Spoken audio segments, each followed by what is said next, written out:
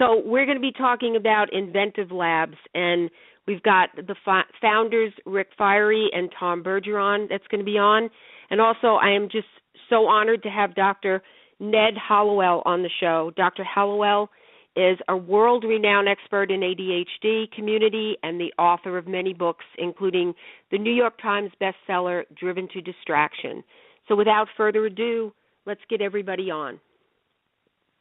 Hi, nice to be with you. Hi, Dr. Hallowell. I'm so glad that you're on the show. And I guess you don't have a lot of time to be on the show with us today, so I guess I wanted you to talk a little bit about InventiveLabs and what your role is in the school. Well, my role is as an advisor, but this project that these two guys are producing and growing is the most creative, dynamic, needed, effective, new project I've seen in 25 years. I mean, what they are offering is what's desperately needed, namely a place where people who just don't fit in college, and that's most people or many people with ADHD, can go not to get treatment, but to gain success. They go to InventiveLabs to start a company. Most people with ADD are entrepreneurs. So they go to InventiveLabs where they're immediately received as winners, not as losers, where they're immediately recognized as people with enormous talent, and they just need some structure, some guidance, some handling to help them develop that talent and, grow the business, make the airplane, design the dress, whatever it is they happen to want to do, a reality. And you see, we're wasting the talent of millions of these people because we want to shoehorn them into the standard, college, grad school, get a job pattern, which is fine for some people. I went to college and medical school, but I have ADD, so it's not impossible. But for a lot of these kids, it's next to impossible. And for them to have InventiveLabs as an alternative, it's just spectacular. It's they can go there and be received as the talented people with enormous potential that they are, get the guidance that they need, be challenged in ways that they need to be, interact with peers who are similarly gifted, and in that kind of interaction, develop the sort of the necessary friction that leads to growth. It's a huge boon to the world of entrepreneurs, and I just hope they get the kind of marketing publicity they need, because this is something that once people hear about it, they instantly say, yes, I wish I had that for my friend, my nephew, this one person I know who's so talented and is floundering, and if he or she would go up to InventiveLabs, they could get the launching pad for a really successful takeoff. Wow, that's incredible. I just wanted to ask you something. There's a lot of art schools around the country, that offer BFAs, and then I'm asking this because personally, my own son, who's 24, graduated from Academy of Art University, and basically he's floundering right now trying to find a job.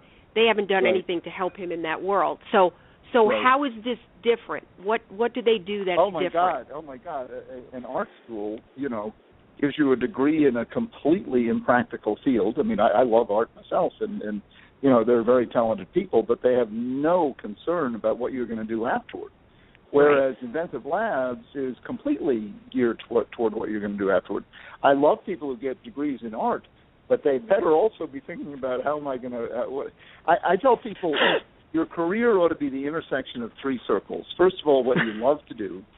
Second of all, what you're really good at. And third of all, what someone will pay you to do. So where those three intersect, that should be your career. Now, the art school degree neglects the third one, what someone's willing to pay you to do. There aren't many jobs for people who can, deliver an intelligent critique of a piece of art. There's some, to be sure. I think of the Peabody Essex Museum, one of my favorite places in the world, up there on the North Shore, but they're not plentiful. So you want to be practical, and people with entrepreneurial spirit, tend to be impractical and dreamy sort of ways. So they need the kind of discipline that InventiveLabs brings to bear. And your son, my hunch is he could benefit enormously. Yes. But see, the thing is, millions of people could benefit enormously. And yeah. I've been trying to send people up there. It's new, so people don't quite get it. And so the first reaction sounds good, but I don't know, I'd rather have them go to a traditional program. And the problem is these traditional programs let these people down. They exactly. give them what they promised, the education, the knowledge, but they don't give them the ticket to a future where they'll be paid a salary and can feel the rewards that come from earning a living. Right, and the other piece of this is the first 2 years of college are usually your general ed classes, and that's where you lose these kids with ADHD.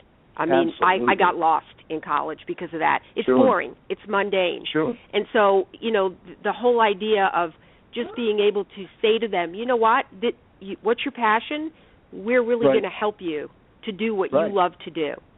Right. Those are the most successful learning. people. That's the most effective learning, where you're working on a project you care about instead of, researching the genealogy of a South African tribe that you could care less about. It's all no disrespect to South African tribes, but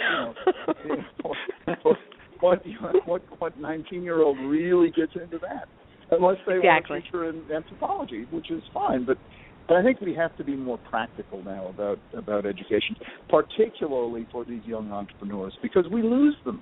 They get bored, they tune out, and they God forbid, but they get into drugs, they get into alternative lifestyles that are bad for them. They start identifying with the wrong people, and then it's so much harder. And what Rick and Tom have done, I think, heroically up there is offer this magnificent space and this just incredible idea, and bring to bear their many years of experiences in the trenches as businessmen, as entrepreneurs, and offer it to these young guys and girls, women, to begin to make good on their dreams, and they show them the harsh realities. They show them the problems with funding, and the problems with intellectual property, and the problems with marketing and hiring. All of that. Right. They expose them. They don't just say, "Oh, everything's rosy. Go fulfill your dream." I mean, that's the goal.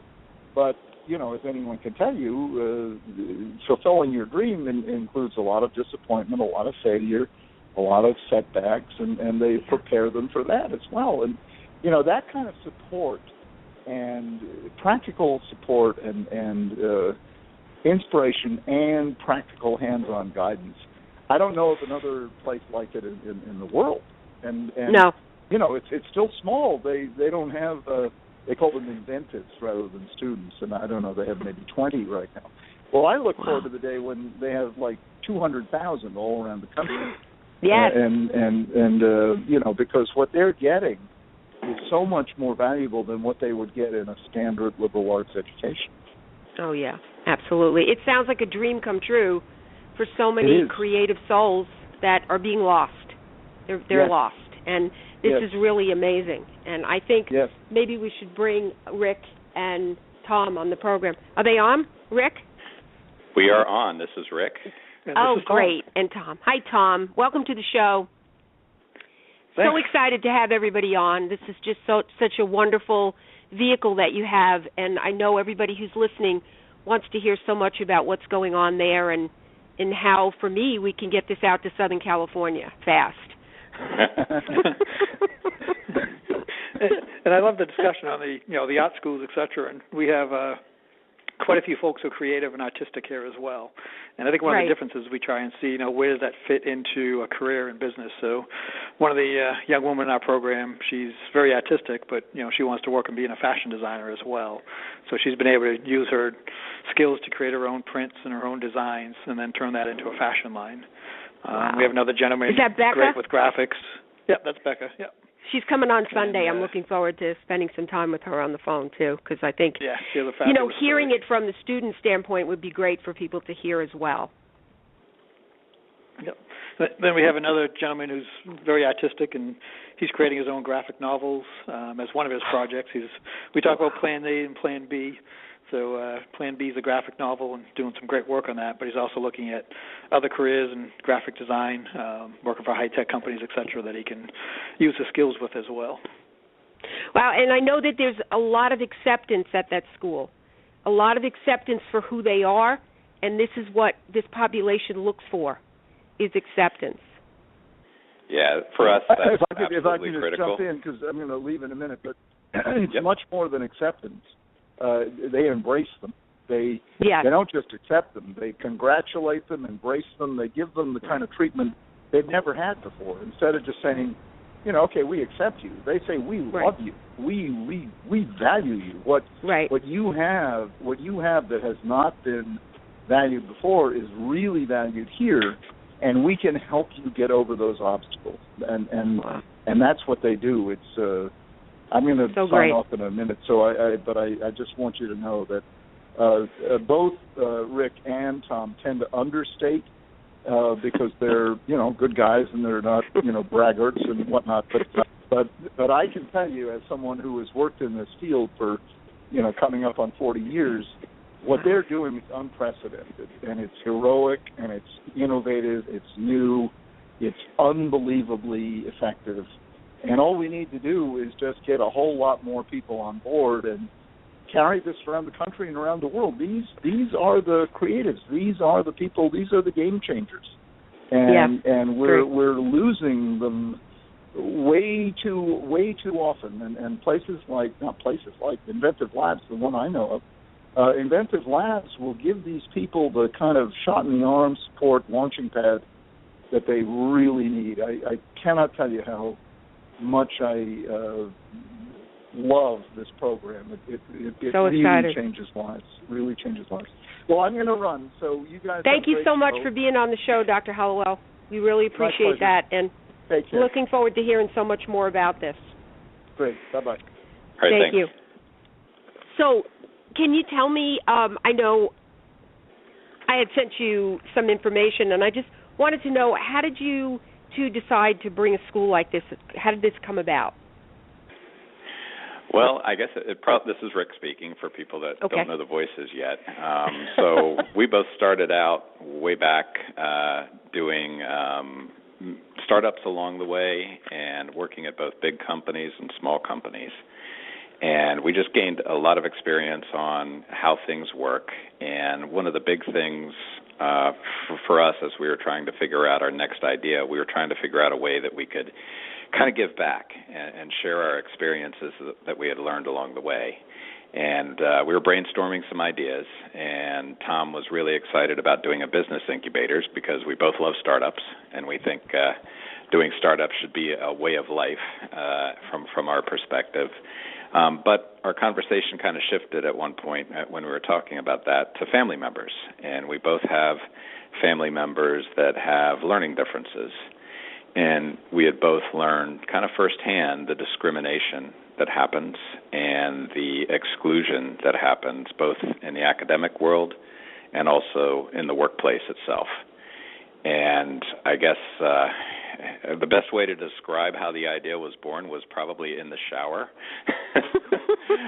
And that's where I say all great ideas are born. Tom and I had that conversation the day before, and in the shower it hit me what the big idea was. So I kind of jumped out of the shower and told my wife what it was, and she was unimpressed because I had lots of ideas over the last 2 years that I said were great, but I told her, no, this was the big one. This is the one I've been waiting for. And I called Tom up and I said, what if we did this? What if we took the idea of a business incubator and turned it into something that young adults and adults, doesn't have to be, just right out of college, it can be any age, with learning differences can come and create a livelihood from their passion. Wow. And at that point, for us, the light bulb started flashing in our heads because we thought of all the people in our past careers, and this is kind of the knowledge that you get over time that all of a sudden hits you in that aha moment, all the people that we had met in our careers that were transformative in the companies that we worked in, the highly creative types, the people that thought outside the box, the light bulbs went on that we realized they were probably people with learning differences as well. And many of them did not make it through college, yet they were the ones that transformed the companies that we were in. So that's when we put the idea together of actually creating something like this. And then I think, as many people that may be listening in know, there's lots and lots of famous entrepreneurs and successful business people, successful celebrities, successful sports heroes that have ADHD and can turn that into I guess you don't know career. about my book. My book, The Gift of ADD Land. My son, he designed the cover. It's the Hollywood sign, because there wouldn't be a Hollywood if it wasn't for ADD. And exactly. It's exactly what you're saying. I put all these people in this book because I had so many young adults that were coming to me that were depressed, and I wanted to show them what other people with ADD were doing and how exciting, because it's a gift.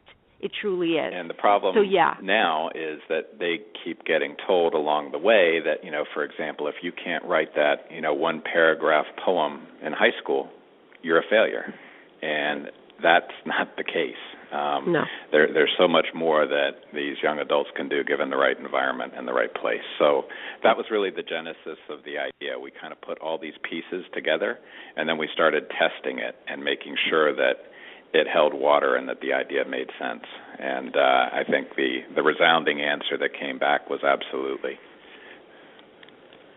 So what kind of people, I know Becca, who's going to be on the show on Sunday, she's doing the fashion world. I'm so excited about having her on. But what other kinds of young adults do you have, and what are they working on there? And how are you helping them to get to that place they want to be?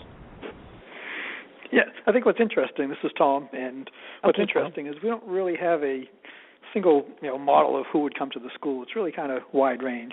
We have some folks who are super passionate about one item, and that's what they want to come to school about. We have others who have passions across multiple fields. Maybe it changes every year, something else that they want to jump in and dive into, and that really gives them diversity. That's great as well. So we have a few different teams of folks who are here right now. We have a group that just came in, and they're very passionate about phone apps, and what they're really trying to do is tie productivity and social apps together. So not only is it social where you connect with your friends, but it can help with productivity. And they've been able to generate their idea. They've been able to go out and raise some funding to get their idea to come through. They've connected up with the programmers who can build it, and they're about to launch their company here in the next week or two, where they'll be going off to generate their first couple ideas on the apps. Wow, that's so exciting. Yeah. And they've raised, it was just about $300,000. They went out with angel investors and were able to raise that money. And just the work they put into creating an investor pitch deck and putting everything together so they can go in front of a room of investors and share their idea and their concept and get a resounding yes by getting the backing is great. That's amazing. When they launch it, I would love to know. I can put it on my website because that's so exciting for them. I mean, I'm so excited about what you're doing because, for years I believe that so many of these kids, myself included, for a long time fell through the cracks because there was I didn't feel at home. Like I was saying to Dr. Hallowell in college, it was just a drudgery for me. I made it through, but it was very difficult. I very much shared the same experience as well. School, when I was younger, struggled immensely. I had a few subjects I might do well in, and some different times, different teachers that let me do well, but there were a lot of years that were really very tough. And I saw it, with my son in school as well, with the struggles he had. And as Rick said, that was really one of the drivers for us to really want to create an environment that can embrace these differences, embrace this creativity. And what we found is a lot of times, as you said, it's those first couple of years, it's those non-core subjects, it's the mandatory subjects that really get people held up. So we take those away. We say, what do you want to work on? What do you want to dig into? And they're passionate about what they want to dig into. So we just let them go. We point them in the right direction and introduce them to the right people or show them the right tools, and they tend to run with it in that direction without having to worry about taking subjects they're not interested in. Plato's Republic or some other stuff they may have been required course that they don't need to take, and they can be plenty successful without ever learning that. That's a course I had to take, and I didn't like it too much. So do you have... So one thing... Yes. I was going to expand on that, if that's okay. I think one key thing that we've learned that I think people might be interested in is that we kind of take an approach of just-in-time learning, we call it. Okay. And it's related to, so I'll give you a scenario. So we open our doors up, and we have 8 people that walk in for the first day. Imagine what they would have done if we said, welcome to InventiveLabs. Today we're going to cover intellectual property law. How many do you think would have showed up on day 2? 0. Yeah. But we did. We taught them intellectual property law, and here's how we did it. So we get them to brainstorm ideas, and they come up with a lot of cool ideas that they want to start to go pursue from a business perspective. And then we hosted an open house with their family members where we brought in everybody that was engaged. And they started to get nervous about the fact that they were going to show their really cool idea to people they didn't know.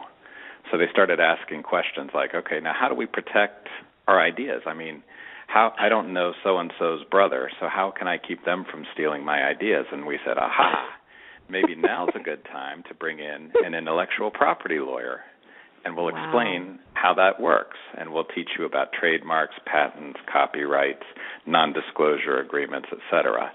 And we did that. We brought in the lawyer, and he went for 4 hours, and we thought at the end of that session that we were going to get blasted with, oh, my God, that was so boring. They came bouncing out of the room, and they started saying, that was awesome. That was the best thing we've ever learned. We learned exactly what we wanted, when we wanted to learn it, to the level of detail that we needed to learn it to accomplish our goal, which is to protect our IP. And then when we did the open house, they were standing all at the front door. They didn't let anybody in the door until they had all signed their non-disclosure agreements that they had prepared. And that's how they learned it. So I think that's an unbelievable story. That is, you know why that's such a great story? Because, you know, I always struggled with math, and I always used to say it never applied to anything. What you just did was they asked you questions, and then you brought it in. That's why they were so interested in it, because they came up with, well, how do I protect this? Exactly. So then they were very interested. Then they were engaged. That's incredible. Yep. Yes. It's the same. Yep. It's the same way I got through college. I was working as a civil engineer at night to kind of pay my way through school while I was taking civil engineering, and everything I learned in school I was able to apply that night.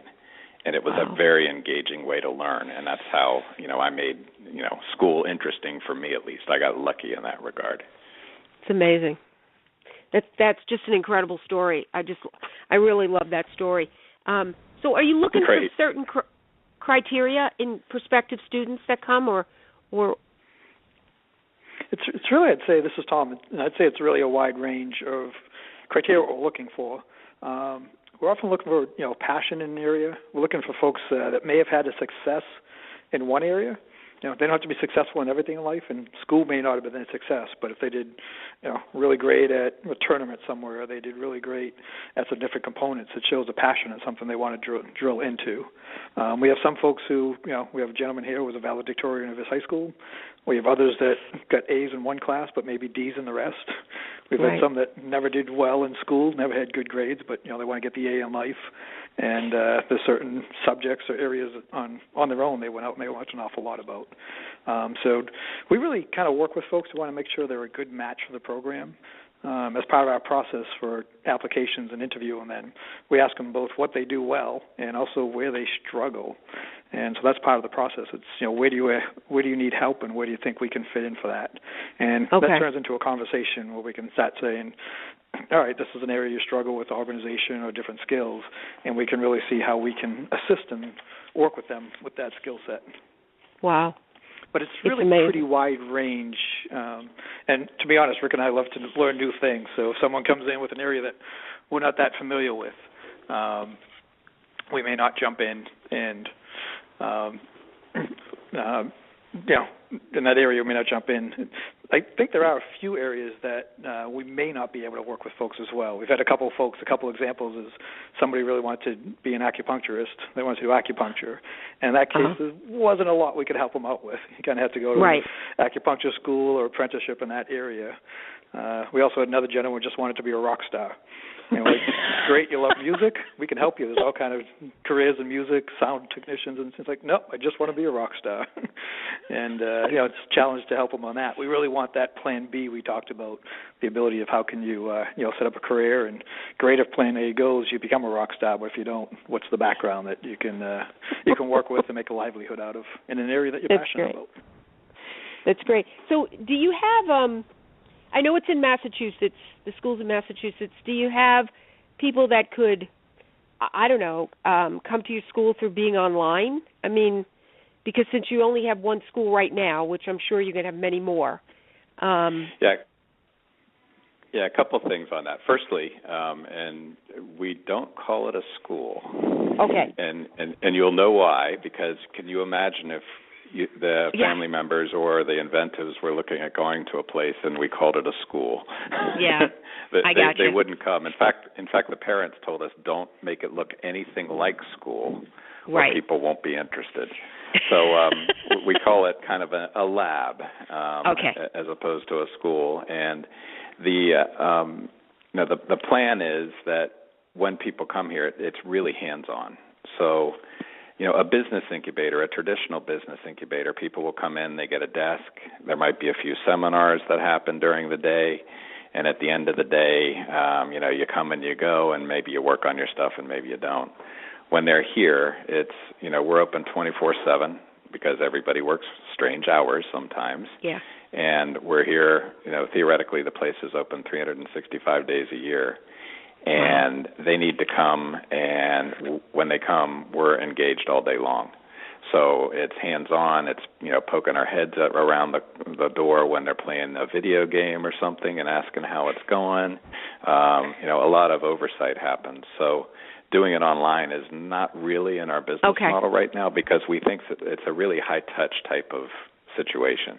Right, I agree. The kinds of people that we bring in just need extra focus, and it's not like we're teaching online classes to them. We let them kind of lead us, and then we provide what they need to achieve the thing that they're focused on at that particular point, and make sure they have the tools that they need, and they kind of self-discover some of the stuff along the way and get taught by us along the way as well, but they don't realize it.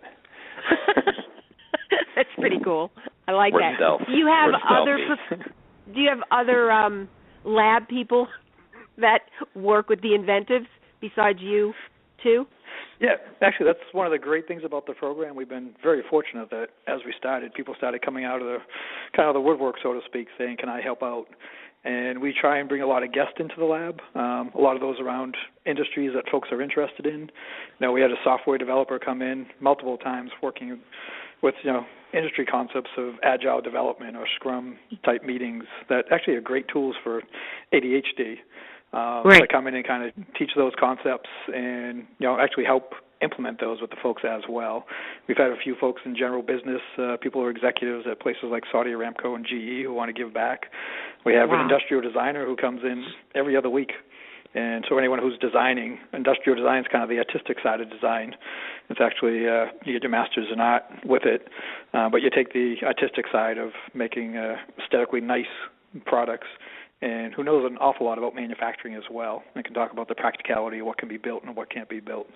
So it's been great. We've had folks like that who've come in and wanted to contribute their time and really be mentors to folks, and I think that's really what's helped made the program go. And I think for the inventors who are here, we'll say one of the things that Rick and I probably do the most is network back to our network of folks we've worked with over the years and find the right person that can help them out in their field, because there's only so much, we kind of know the business side and how to bring a product to market, but the specifics of a lot of fields, we really try and bring folks in from the outside. Which is great. Yeah, this is an amazing, it's just an amazing lab. I was ready to call it again, but I don't want to turn anybody off. I won't do that. It's now a lab. So tell me something. How can people that are listening to the show get involved in this project? What can we do, all of us, to get involved in this? Because I have to tell you, this is just an amazing thing that you're doing. Well, I would say first and foremost, and thanks again for that, I think first and foremost, I think Dr. Hallowell said it well. For us, the challenge is we've been really head down for the last year with the team that started here, really drilling through and trying to find paths to success for them. So our first mission was to make these guys successful, and now we're starting to cross the threshold where they're becoming successful, and now we want to tell the world about it. So we really are kind of building a grassroots almost kind of organization here to where now that we've kind of proven the model, because there were a lot of doubters when we first started. You know, I'd get a lot of strange looks sometimes when I told people what I was thinking of doing versus taking kind of a normal career type job again. And now we've kind of proven it, and we want to start telling the world. So the biggest thing people can do initially right now to help is to spread the word. I was fortunate enough to do a TEDx conference presentation just 3 or 4 days ago. And it's not live yet on the internet, but when it goes out, it's something entitled Necessary Brilliance. Oh. And it really describes what we see as our mission here at the lab, with kind of changing the lives of these young adults and adults that are kind of being forgotten and pushed to the wayside because they may or may not have made it through college, or they may or may not fit into the workforce. So our mission is to really spread that word. And the more people that know about this place and the more people that engage with us, the more likely it is that we can try to grow it based on what we've learned and try to get to other locations around the country and, quite frankly, around the world. We get calls from all over the world wondering when we're going to open in their place. We even got a call from Trinidad and Tobago saying that there was a huge demand in Trinidad and Tobago for a place like the lab. I mean, it's been amazing. That's incredible. And as I said in the TEDx presentation, we're a small California? place in Massachusetts. I'm sorry? What? Have you heard from Southern California? Because I'm telling you, with Hollywood being here, the Hollywood lab, that'd be perfect. InventiveLabs Hollywood. That'd be great. We could make T-shirts. Yeah. You would have a lot of clients. Inventives. You would have a lot of inventives that came to that lab. Believe me, here. I would be so excited if you brought that here. It would just be incredible. And that is I know that it's going to take goal time. As well. Yeah. And we're still refining the program and what really works. We do a lot with the folks over here on what's really working for them, what's not working for them, and how we refine it. So we are keeping track of that along the way and really trying to, document those secrets of success and what we can duplicate and bring to other locations. So are you encouraging, for example, let me just use my son. He went to the Academy of Art University and he majored in sound production, and he's also a composer. So he's really floundering, and of course the school, I'm sorry, but they don't do anything to help these kids really find jobs. And so if somebody with that background called you, can you walk me through what you would do with that particular kid or a young adult? Yeah, I think with the young adult, I think the first thing is we really want to kind of get to know them better. So we usually have an initial conversation with them, talk about what they've done in the background, and the fact going through school and getting the degree, that's a big success, and I think that's great. And also the other passions you talked about, the sound and the music. From there, based on that conversation, we probably share with them our application, which we basically tell them spelling and grammar don't count. What we're trying to do is get a better feel for who you are. And so some people do it in bullet points. Some people may want to do a video on it. There's different ways you might want to do it. But basically it's, as I mentioned earlier, it's, the chance to find out what you do well, some things you've done in your background, areas that you struggled, what environments tend to work good for you. And then that usually leads into a deeper conversation where we can jump in and we can then brainstorm on, what are some things that you kind of see yourself doing in 2 years, 3 years, 4 years.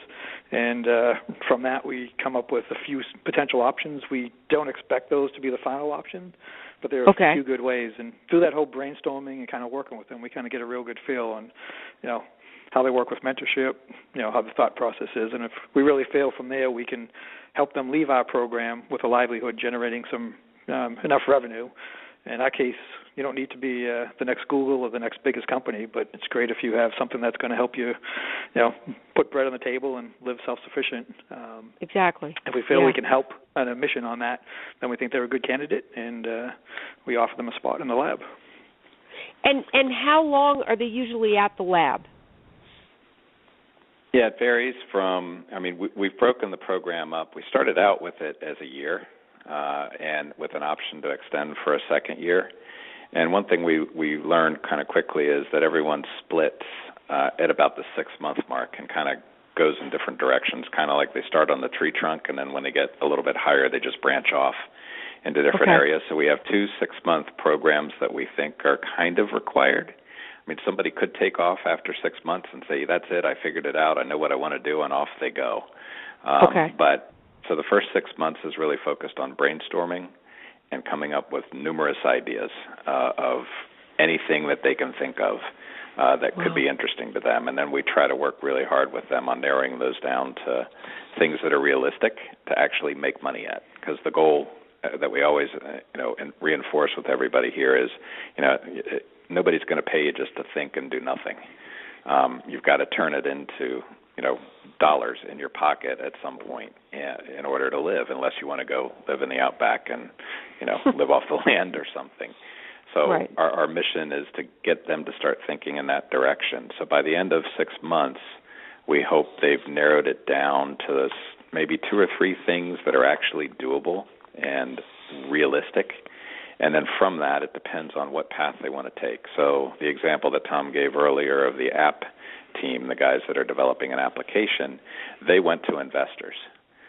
Their idea had a big enough market and a big enough opportunity that investment was an interesting possibility, where investors are actually looking for a return down the road to when the business is sold or if it goes public or something like that. That's one branch. The other branch is it might not be that big a business. It might just be something as simple as opening a corner store, selling stuff that they love to make and making money doing that. And they don't, money is important to some people and not as important to others. As long as they can make enough to make a living and have a place to live and a roof over their head and they're doing what they love, then that's another path that they can take. Some people here are very inventive, and they may come up with some ideas that they don't want to necessarily do or aren't capable of doing, but they could license their ideas to somebody who wants to build it and create it, and that's another path. And then finally, not surprisingly, some of them might finally say, I finally figured out what I wanted to do, and now I know which college I should have gone to, and now I know what degree I should have gotten, and I'm going to go do that. Wow. So it depends on how they end up after really kind of pursuing their passion here. We really found, as you saw, Dr. Hallowell talked about, going to get his, doctorate degree and the ability to be passionate about it and kind of move forward. What we really found is with ADHD, if you're passionate and you find the right field and the right college, then you can take off and do amazing things. And remember, Rick mentioned earlier friends that we knew, so we have friends that we've had that struggled through their 20s, but in their 30s went and got their master's in engineering or master's in industrial design or different components that really helped out. So school is definitely an option coming out of this as well. And definitely some careers and some areas you need that. So that is one option. And folks have the ability to explore what they're passionate about here to see if they do want to go back to school for it.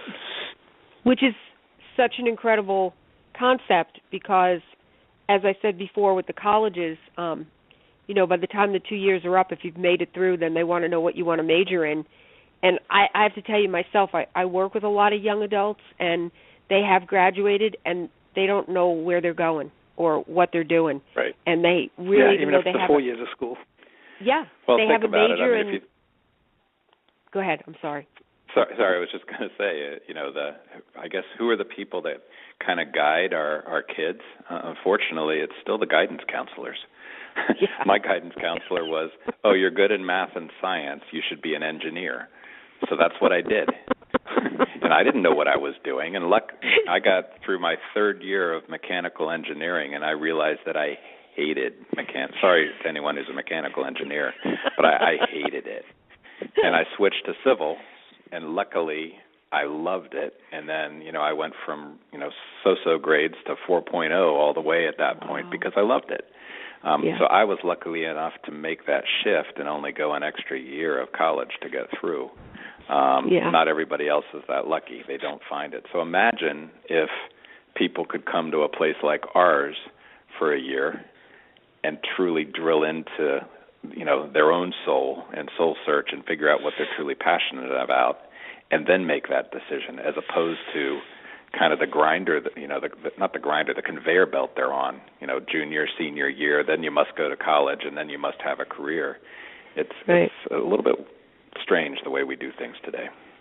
It really is, and we still go back to the Puritan way of school where everybody sits in a desk, and, it's just so unfortunate because there's so many kids that just can't do that. They really can't. It's just not the way they're made up. I mean, with ADHD... Yeah, we don't require chair spinning here, but if you want to spin in your chair, that's fine. Or they have the wiggle seats, too, that they can sit in, too. Yeah, as well. Yeah, we got a lot of the exercise balls around the place. Which is great. I love those. One of the things maybe you could speak to, because I do have a lot of listeners that are parents and their kids are in school, whether they're in high school or they're in college, and they're struggling a lot with grades. And, I always used to tell my boys when they would go off to school in the morning, guys, school is what you do. It is not who you are. In other words, do not rate yourself by the A's. It's all about effort. And I, work with a lot of parents. I have a lot of parents who contact me. They're so upset because their kids aren't getting the A's. And it's all about, it's not that they're not bright. We are an incredibly bright population. It's because of, could be organizational issues, could be that we're completely bored. And I wonder if you could just speak to the parents that are listening about how important it is to not make such a big deal over those grades and more about them finding their passion and really exploring that, coming to your school or however they're going to find their passion. Yeah, I think I'm trying to think of the right quote here. And as I was researching my TEDx, I found it, and it was used a lot. It was something like the A students are going to work with the B students. The C students are going to be the hard workers, and the D students are going to run the place. So, and I forget where that came from, but that really resonated with me because I love that. It's about effort, and I think with entrepreneurship or doing anything, I think the people that we see that are going to be most successful coming out of the labs are the people that grind it out and put in the effort and put in the time and show up in the morning and stay until late at night. I mean, that's just the way life is. Degree or no degree, if you're going to be successful in life, if you can grind it out and you can get something that you're truly passionate about where the time flies by and you don't know that the time is flying by, the hyper-focus kicks in. And then at the end of the day, a lot of people with ADHD, they will accomplish in one day what other people will take 5 days to accomplish when they lock in and go. That's right. And if they can keep doing that over and over and over again, success is inevitable. And I think the other thing that about people with ADHD is the reason they become such good managers is they delegate completely the things they don't do. They don't become micromanagers. And the successful entrepreneurs that you see out there, like a guy I love a lot is Richard Branson, when he talks about not knowing the difference between net and gross. And then you ask him the question, on a financial statement, you ask him the question, aren't you concerned about that? His answer is no. I hire the best and brightest financial people in the world to run my finance organization, and then I leave them alone, and I don't have to worry about it because I know they're nailing it. So for people that are concerned about grades, grades are a measure of how I think attention surplus disorder people function. As Dr. Hallowell so well puts it, it's the way it measures them well, but it doesn't measure ADHD people well. Exactly. I think the other component, if you ask the question for folks, would they prefer that their child was getting C in loving schools are getting A's and hating school. I'd take the C's and loving school because they're going to continue to want to learn in life. They're going to continue to go forward. If you burn them out in school when they're young or they learn to hate school, eventually those grades are going to go down. So I think from that aspect, if you can really let them, if you can put it, you have to get the information across to them. You have to share the information. They have to get the knowledge. But if you can put it in a way that for them is interesting and they want to learn, then I think you just have a lot of advantages there. No, I absolutely agree with that. Yeah. So tell me, is this you have boarding facilities for kids that are coming from all over the country, or how does that work? So we actually don't have formal boarding itself. We do have folks who do come in. We're in a town of small, medium-sized town in Amesbury, a little bit north of Boston. And there is a lot of housing right in the area. Our complex is actually, it's one of the mill buildings. We're the top floor, one of the mill buildings that's all been redone, and a lot of open light, a lot of open area. And there's a couple other mill buildings that have been converted over to residential, very nice facilities that either single or double room. We have some folks who share an apartment, some who take up single room apartment as well. They're all close within walking distance, so a vehicle is optional in that case, and that works out pretty well. That's great. That's really great because they need to have a place where they can be and just feel like they're connecting, and if they're sharing rooms too, they're connecting with their inventives. And I think that's the other thing that's nice is we try and keep the lab as an inviting environment, and Rick mentioned it's 24/7. So we have a lounge area with a big screen TV, and they can have movie nights here. They have board game nights, video game nights and stuff. So it's also a community. It's the acceptance that Dr. Hallowell was talking about earlier.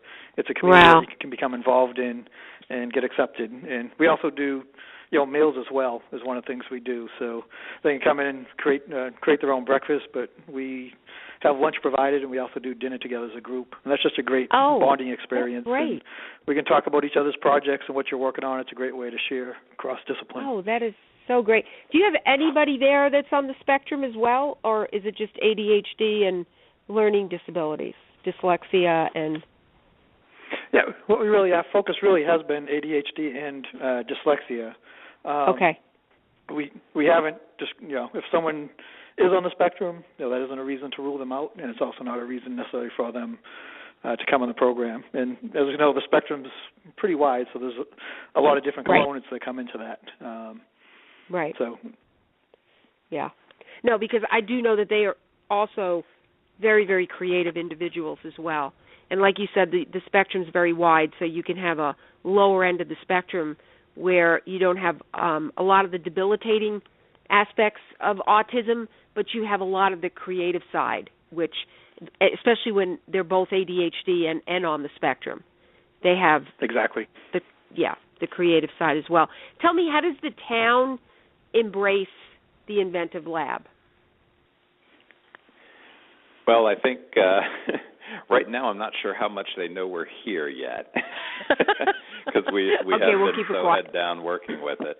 But, the community that we're in is very supportive, and the people that Tom was talking about that come in and help, they're really from the town and around, out to probably a 20 or 30-mile radius. So once people heard that we were opening up the place, it was kind of like a Field of Dreams type experience. If you build it, they will come. And people just started hearing about it through word of mouth, and then those are the people that show up to work with our inventives and kind of share their experiences. So that's one form. But I think as we start to grow and spread a little bit more of the word, now that we're comfortable doing that, I think it's a very, very small town.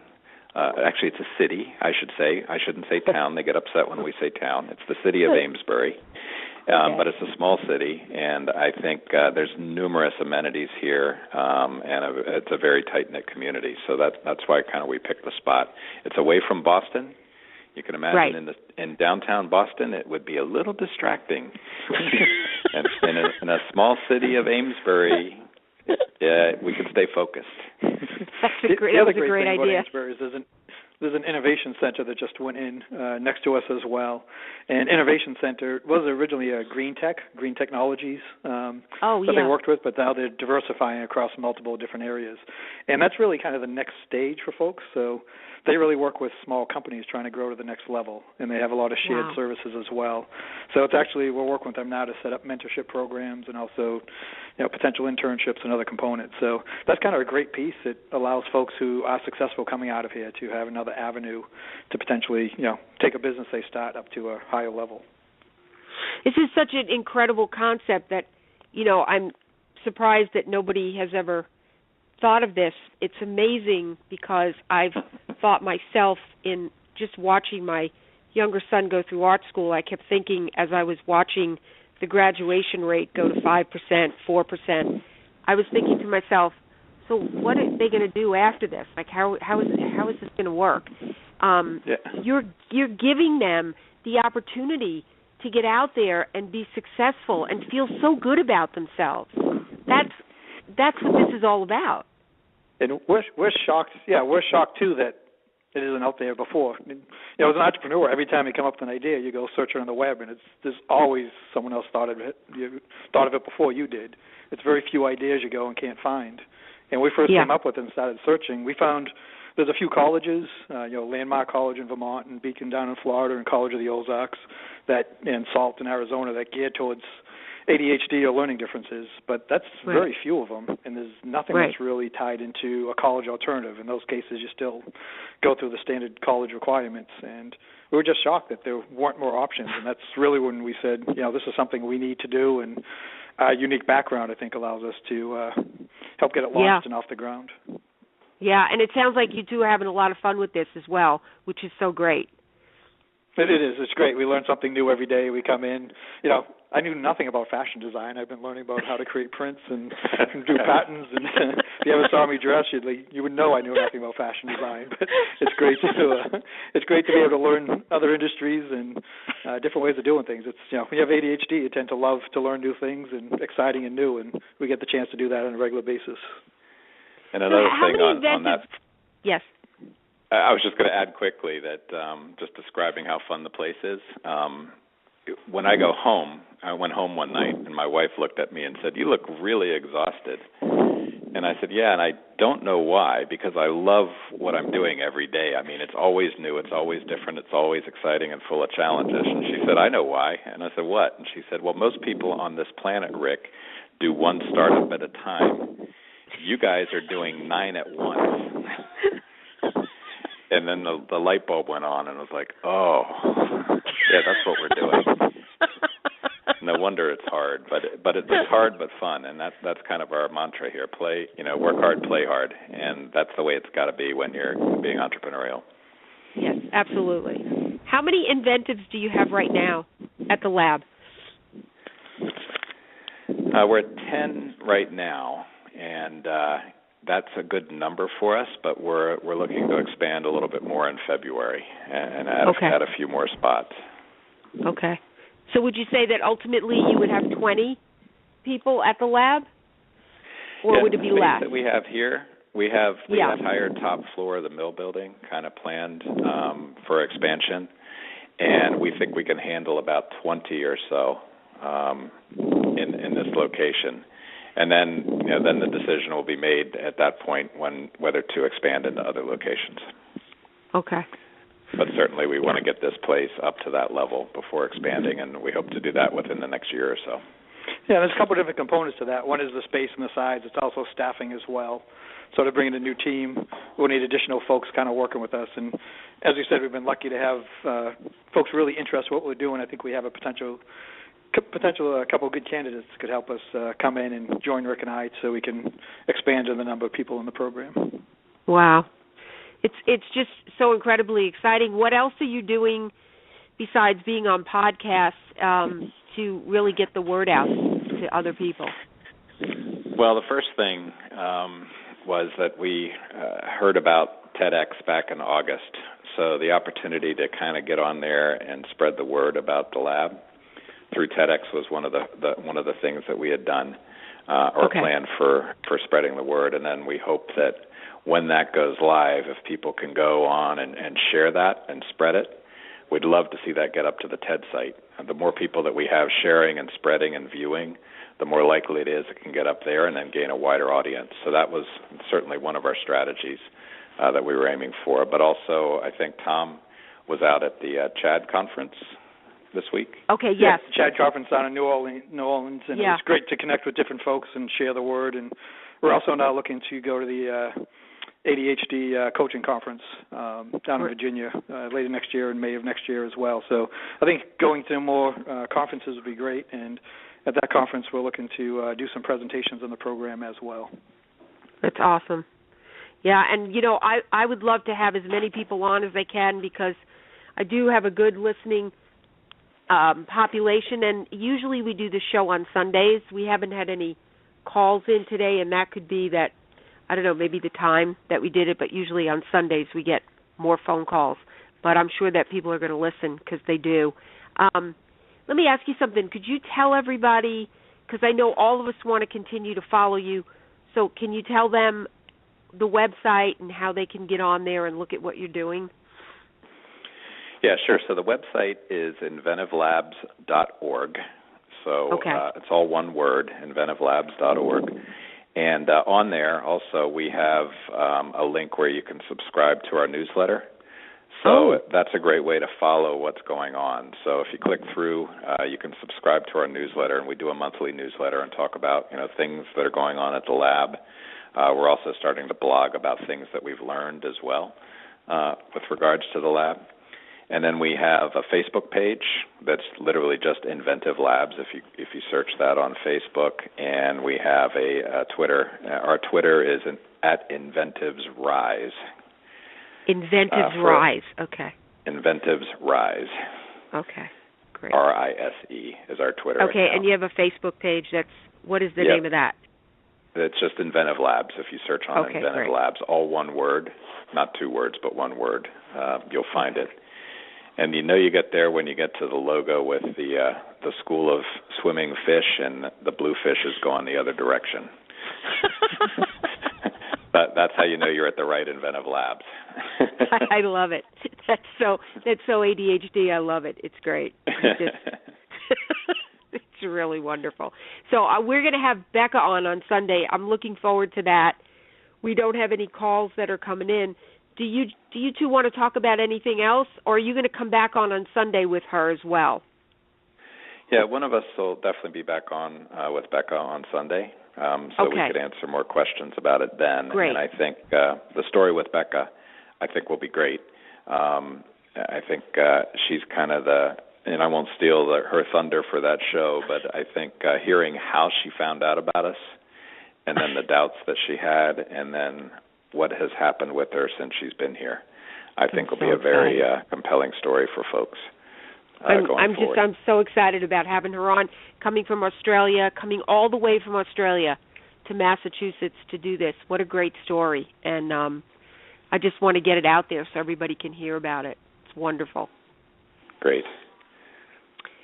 So I want to thank you so much for coming on, and I want to get you both back on again as this thing grows more. I would love to help you get the word out as much as possible, and I'm hoping that soon you're going to tell me you're going to be in Hollywood Labs.